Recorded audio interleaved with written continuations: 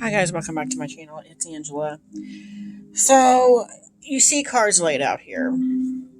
I started pulling cards because I became obsessed with the Gabby Petito story last year. Gabby Petito and her boyfriend Brian Laundrie went into the Utah mountains. Something happened. She was murdered. He came back to Florida, and then he too disappeared, and then they supposedly found pieces of him in the Everglades, something in Florida. I became obsessed with this case, but I don't seek out the case. But I became obsessed with this need, this drive to find out the truth, because from the get-go, I actually had a dream right after she went missing, but before anybody knew she had died. I had a really messed up dream, and I can post that link down below. It goes through the dream and a spread for the dream, which at the time I kind of felt like the dream had something to do with her disappearance, but from the get-go, as soon as I said, oh, this lady's missing, I felt an instant connection. I need to know what happened to her. And I've been obsessed since. And every now and then it's like she pops up every now and then. And I literally get the same story every time. And I don't know if it's popping up again here lately because the Gabby Petito story just got released on Lifetime or not, but I started trying to watch it, and I literally was sick to my stomach. I could not watch the show.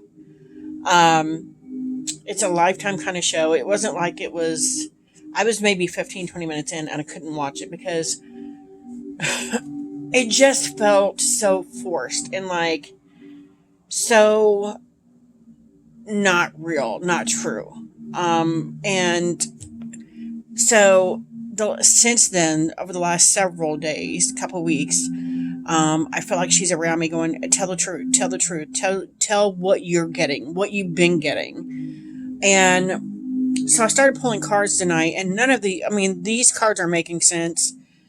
I point blank asked how you died. I got 2 females and 2 male, and then the 4 of swords and resting. And then I got this card, don't want to be found, which, they found her. They found him, they think. They say they confirmed, they know. I don't know that it was him, honestly. But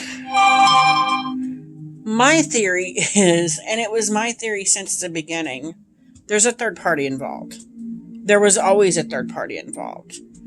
And I've been hesitant to talk about this because of how far up this weird chain of events goes, and how many people are involved. And so I've been hesitant to even do a video on this straight up on her because I don't know what's going to come of it. It freaks me out to talk about this. But at the same time, I feel like she's not going to leave me alone until I do. So here we are. So for, I saw somebody else using this deck, and I use it for past life work, but I also saw them using it for missing person and a personality. And I pulled 4 cards dropped, and one of them I got the Hermit, which it says the light attribute seeks solitude to focus intently on inner life, serves personal creativity. And then the shadow attribute withdraws from society out of fear or negative judgments of others, refusing to help those in need. And I totally feel like that's Brian. That was Brian in the time where everybody's like, where's Gabby? Where's Gabby? And he just withdrew. He was like, no, I'm not even going to answer anything. And then we have Don Juan, which I also feel like is him. Light attribute, spotlight your positive seductive qualities. And then the shadow attribute, using the power of romantic attraction for private agendas. And here's where, okay, and so here's where kind of my what I was getting, and even the show differ. Because it's almost like he's some Don Juan, like, I mean, he was for her. Um, but I feel like once he found her, it was like she was it for him. She was the love of his life. She was his everything. And he would have done everything or anything for her. And that's where I kind of see the Don Juan part coming in, because she liked this part of him. She liked this part where he doted on her and waited on her. I feel like she didn't really have, had boyfriends before, but not like that, where he was just adored her. So I see that that's what I'm saying in that Don Juan card. And then I see victim here. The light attribute, it says prevents you from letting yourself be victimized or victimizing others. And then the shadow attribute, playing the victim for positive feedback in the form of pity or inability to maintain personal boundaries. And I feel like that was her, in a way where she found this Don Juan kind of guy. He wasn't really gone. I see him as a nerd, like a pocket protector kind of deal, and like the nerdy glasses with tape in the middle. That's how his real personality was. That kind of guy. But for her, it made him a better person because of who she was to him. I see her as a victim in the fact that, yes, she died. Not that she's playing on his whatever or anything like that. I see this straight up as she was a victim, plain and simple. And then I have the saboteur, highlights your fear of self-empowerment and the changes it will bring to your life. And then the shadow attribute induces self-destructive behavior on the desire to undermine others. And I feel like this, and as I've said in the very first episode of what the spreads I did for my dream spread, there is a third party involved that nobody's ever going to look at. The case at this point is closed. It's never going to be reopened or looked at in any way, shape, or form other than he killed her and lost his mind, killed her, and then killed himself. End of story. But from the get-go, I've seen 3 people. These 2 would be him, this is her, and then this is the third party. And then again, here, I have 2 women and 2 men. And then a 4 of swords, I feel like that is Gabby resting. Like her, after her moment of rest when she passed. Doesn't want to be found. I feel like that pertains to the third party. I don't see these cards as what they are. And it's funny because it shows Princess of Wands, Queen of Swords. So we have kind of like this mastermind, and then we have the King of Disc here, and then the Princess of Disc, which is actually a male figure in the princess. I see this as kind of the mastermind, female, and this would be possibly Gabby. And then we have a Princess of Disc, which is a male, and I see that as Brian. He wasn't the brightest bulb in the bunch, but he wasn't the dumbest either. Like, he was middle of the road. And then we have the King of Disc, which is the yin to the Queen of Swords yang. So these 2 older people tried to dispatch both of them. I think he got away, and that's the only reason he made it back to Florida on his own.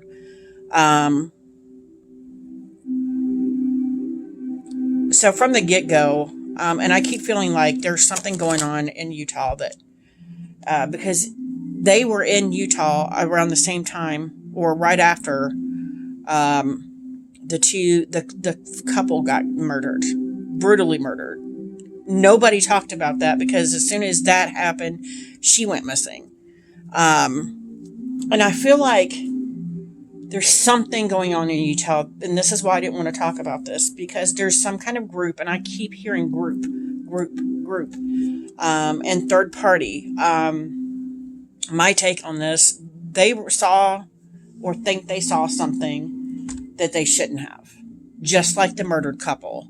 Someone saw something that they shouldn't have. That there's some kind of group that's doing illegal activity either in the mountains, in the woods, somewhere all of these people have been. And I've looked it up. There's been quite a few people that goes missing in Utah. It's crazy, the amount of people that go missing in Utah that nobody talks about. I just found out about the Dylan Rounds that went missing off his own property. And I'm like, how the heck did he just go missing? And there's enough evidence to suggest that it was somebody he knew. But at the same time, that's how all of these cases have been. And nobody's saying, maybe they're all connected in some kind of way. And this is the one that started it for me, was the Gabby Petito case. I saw her in a gully or gulch. There was like one lone flower. It used to be a creek there, but now it's just like a crack in the gulch or whatever it was. And I saw that she had fallen, and I kept hearing accident, but then they said that she had, like, somebody had choked her. And I completely feel like that they saw something in Utah that they shouldn't have. They got away, and whatever group was doing this illegal activity, whether it's drugs, whether it's guns, whether it's people trafficking, I don't know. All I know is there's a group, and I think there's cops involved. There's all kinds of people involved. So it goes way up the ladder of people you wouldn't think are involved in this group that are involved in this group. I think Gabby and Brian saw something, or think they saw something, and somebody noticed that they had been in the area or something, and was like, they sent a henchman to follow them and find out if they found out anything. And I honestly think when the Utah cops pulled them over, on the video, it shows them being pulled over. It shows her crying, they're both kind of upset. I think that was them fighting over, we need to go to the police. And he said, I don't know that we can trust the police with this information we may or may not have. We may not have seen it, what we think we saw. And she's crying because she's like, I think we're in danger. We need to go call authorities. And when they got pulled over, I think whoever was watching them, it confirmed for them that maybe these cops were in on it. And it confirmed for whoever's watching them that they may know something. So this person continued to follow them, and then got the word once they were in Teton area, the park, to kill them. And they ran. She fell. I think Brian kept running because he realized, she's gone. I'm going to get killed next. And whoever stayed behind and choked her to death to make sure she was dead. And then that's when he came. Like, it shows him over the next couple of days. And that's what I could not figure out. I'm like, if he actually killed her, why is he going back and forth to these spots? And I feel like it's because he was trying to lose the trail of whoever was following him, because he knew that he was still being followed at that point. And then he just decided to come home to Florida. And I believe that person contacted him and followed him home. Once he hit the news, this person knew exactly where he was at. So they came and dispatched of him themselves also. I don't know that his parents had any knowledge of it, because I feel like this person warned him, if you tell your parents, I'm going to kill them. And that's the story I think that actually happened with Gabby Petito and Brian Laundrie. I started trying to watch the show, and as soon as I started trying to watch the show, I kept hearing liar, liar, liar, very angrily, someone yelling in my ear that the show was a lie, that there was something portraying. And it's funny because I don't get that sense from him at all. Like, it's not necessarily, and this is, I just laid this card deck over, and look what was on top. Wow. And then it doesn't want to be found, asphyxiation, mental health, and then murder, all on the same. Wow. That's insane. I mean, that could confirm everything that's being said about Brian. But I don't see it. I don't see him killing her. Whether it be accidental, whether it be that it was a rage. I don't see it. I see him as this nerdy, goofy guy that immediately fell in love and would have done anything for her. So I don't see him actually killing her. I've always seen a third party involved in this. And that's sad because it will never get looked at. And I think part of that has to do with the corruption in whatever groups are going on there in Utah. Which is creepy because we don't know from one day to the next if we're going to go on vacation. I was in Utah before this all went down in kind of the same area. So it creeps me out to know that I could have just happened upon accidentally an area where people just didn't want me to be and just wind up killing me out of the blue.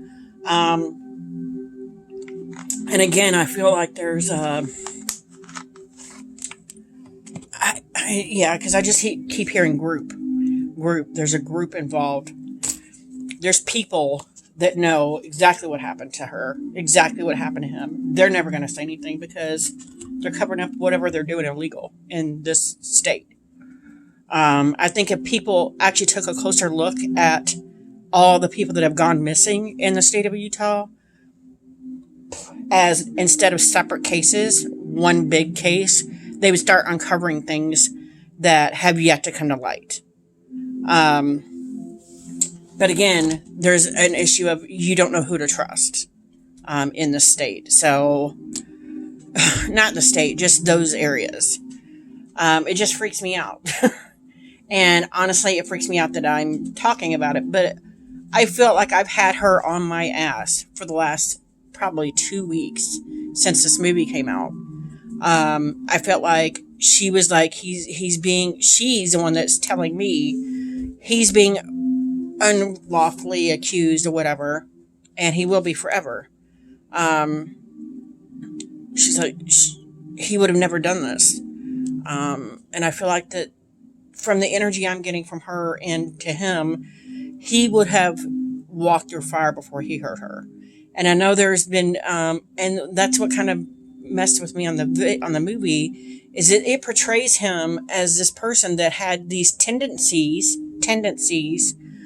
prior to her, them just started dating. And I'm like, if they had these tendencies, I've been through an abusive relationship. I know what it feels like. And this didn't feel like that to me. It felt like, and it acted like that his parents were always curious about him and always standoffish with him. And I don't feel that's the case. I don't. I may be just talking out of my ass here. I don't know. But this is, to me, what she wanted me to say on this video. So, that's all I got, guys. If you guys have any questions, comments, concerns, don't hesitate to comment below. If you like this video, give me a thumbs up. If you want to see more, please subscribe. And don't forget to hit that notification button so you're alerted to any future videos. And you guys have a good night. Bye.